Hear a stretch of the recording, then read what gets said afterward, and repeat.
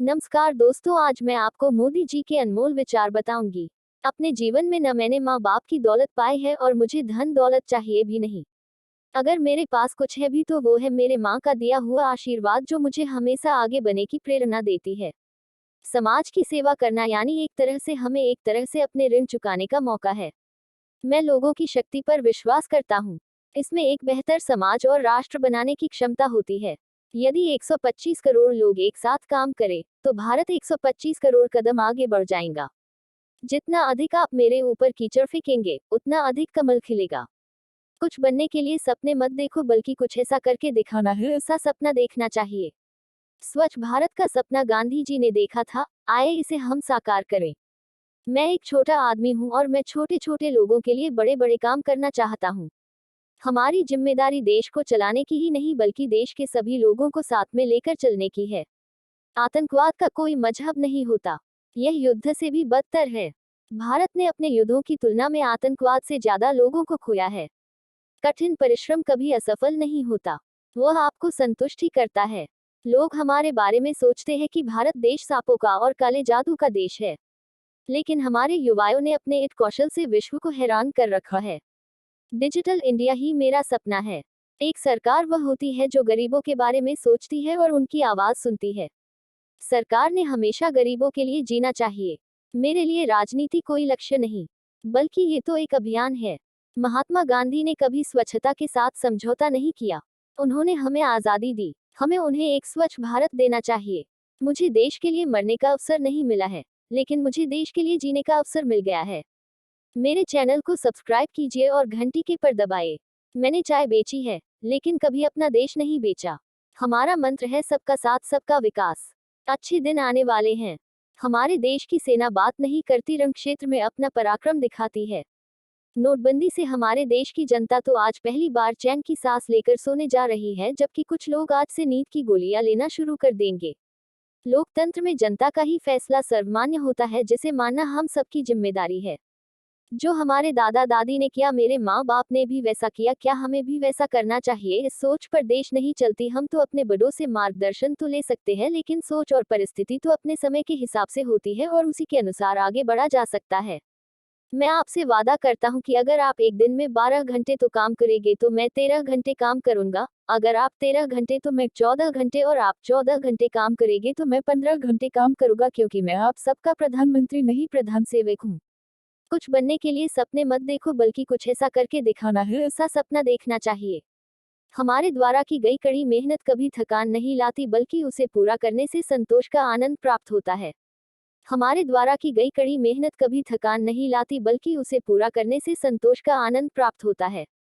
हमारे मन की कोई समस्या नहीं होती, समस्या तो केवल हमारे मानसिकता की होती है, जिसकी उपज के लिए खुद हम जिम्मेदार होते हैं। हर इंसान के अंदर दो गुण होते हैं, एक अच्छा और एक बुरा, और इंसान जिस पर अपना ध्यान लगाएगा वैसा ही बन जाएगा। मेरे जीवन का लक्ष्य ही सब कुछ है, पर मेरी महत्वाकांक्षा कुछ भी नहीं है। अगर मैं नगर निगम का अध्यक्ष भी होता तो भी मैं उतना ही मेहनत करता, जितना कि आज मैं प्रधानमंत्री या मुख्यमंत्री होकर करता हूँ। नमस्कार दोस्तों, आज मैं आपको मोदी जी के अनमोल विचार बताऊंगी। भाग -2। राजनीति का कोई अंत नहीं होता। मेरे लिए धर्म का मतलब अपने काम के प्रति निष्ठावान और देश के प्रति समर्पण है। एक गरीब परिवार का बेटा भी अपनी बातें कह सकता है और अपने हक के लिए लड़ सकता है।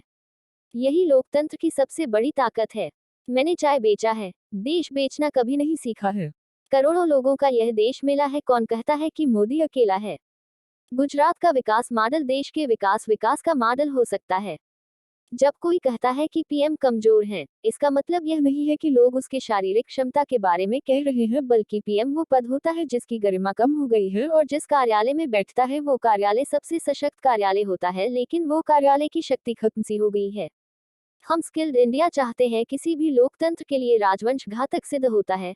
आप इतिहास उठाकर देख सकते हैं, मोदी सरकार विरोधी ताकतों का सिर्फ एक ही एजेंडा है, मोदी को रोको। लोकतंत्र में कोई किसी का दुश्मन नहीं होता, बल्कि यहाँ यही प्रतिस्पर्धा होती है कि देश के विकास के लिए कौन अधिक से अधिक अच्छा कार्य कर सकता है। एक गरीब कभी मुफ्त की नहीं खाना चाहता, उसे तो सिर्फ अपने काम के बदले पैसे लेना चाहता है।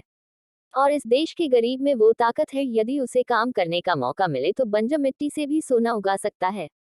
अगर आपने अब तक मेरे चैनल को सब्सक्राइब नहीं किया है तो सब्सक्राइब कीजिए। सब्सक्राइब के बटन पर दबाएं और उसके बाद घंटी के पर दबाएं, ताकि मेरे आने वाले नए वीडियो आप तक सबसे पहले पहुंच सके। और मेरे चैनल को सब्सक्राइब करना बिल्कुल फ्री है। लगातार जो चलते हैं वही मीठा फल पाते हैं। सूरज की अटलता देखो, लगातार गतिशील और निरंतर चलने वाला, कभी नहीं रुकने वाला। इसलिए हमें भी हमेशा आगे ही बढ़ते रहना चाहिए। मैं न तो मुफ्त में भोजन दूंगा और न मुफ्त में पानी, बल्कि मैं रोजगार के लिए इतने अवसर लाऊंगा और भारत देश के युवाओं को इतना सक्षम बनाऊंगा कि देश का हर नौजवान अपने स्वाभिमान से अपना पेट भर सकेगा और दूसरों के प्यास बुझा सकेगा। किसी भी राजनीतिक पार्टी के लिए उसका घोषणा पत्र गीता और कुरान की तरह होना चाहिए। हमारा दिमाग कभी मुश्किलें पैदा नहीं करता, हमारी सोच मुश्किलें पैदा करती है। क्या मुझे कोई बता सकता है कि हम क्या कर रहे हैं?